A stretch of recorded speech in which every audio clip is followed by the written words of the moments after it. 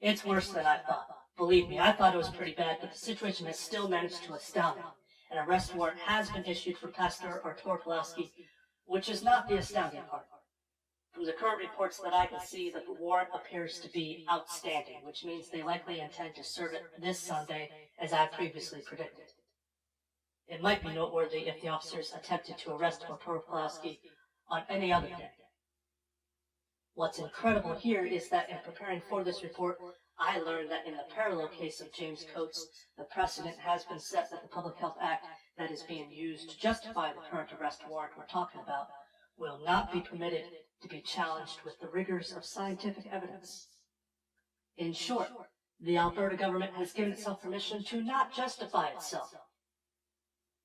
This is important because Section 59 of Alberta's Public Health Act, which I found on page 63 for your review, is in direct contradiction to the Criminal Code of Canada, Section 176, in that the pretense of civil process allows an inspector to enter any place without warrant under blanket suspicion of endangering the public welfare in the case of church services that may or may not comply with the Public Health Act, which, where the necessity of such measures are in doubt, can only serve to curtail the free expression of Canadian citizens who are subject to these impromptu reviews.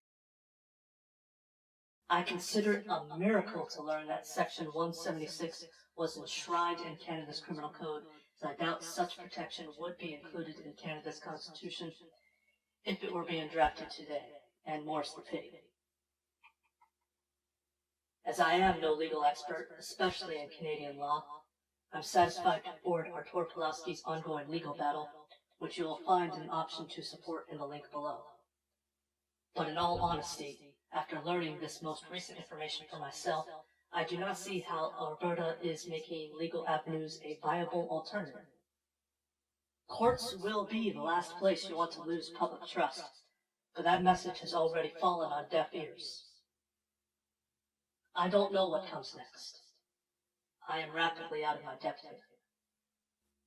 The cases of Artur Pawlowski and James Coates are undecided.